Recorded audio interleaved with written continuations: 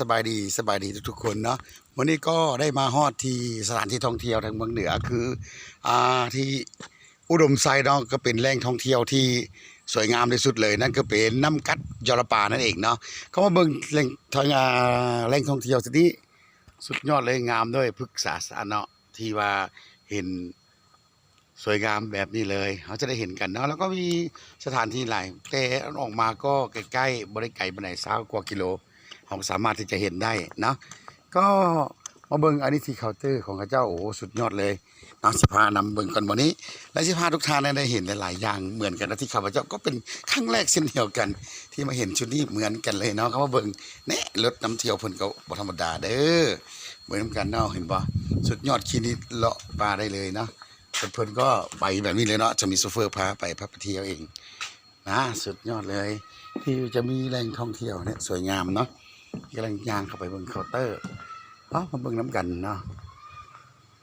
แหล่งนี้คือเป็นสถานที่รีสอร์ทเนาะรีสอร์ทด้วยกันเห็น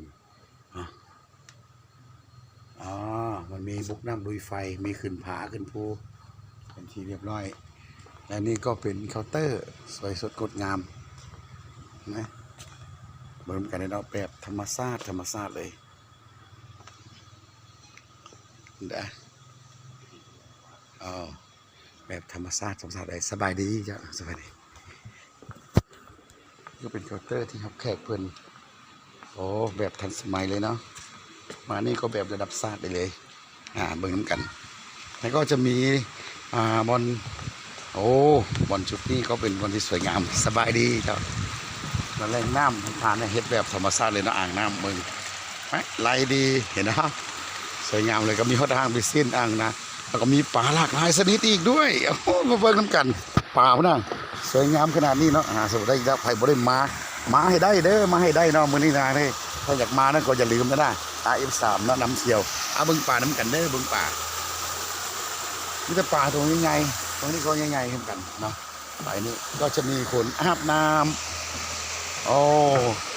สวยสดงดงามเลยเนาะแหล่งนี้ธรรมชาติเลยเนาะเห็นได้เลยเบิ่ง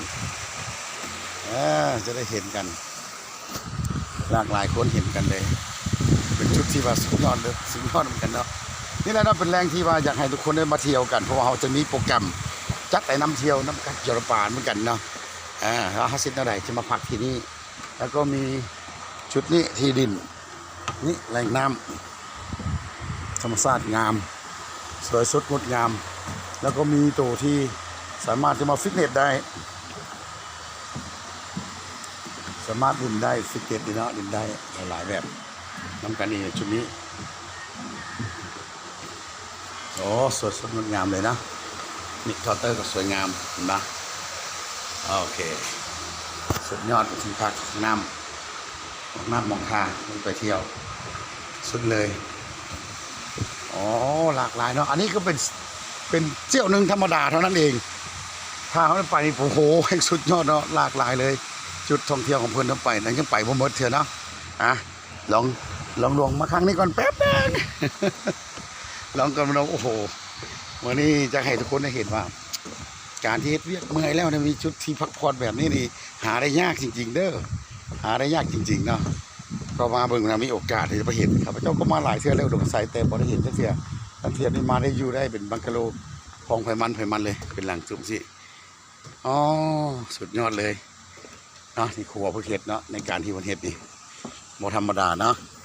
แล้วก็สินำเที่ยวไปหลายมองอีกเนาะแต่ตอนนี้ก่อนขอพักไว้แค่นี้ก่อนเนาะแป๊บหนึ่งแล้วเจอกันมาอีกบ๊ายบาย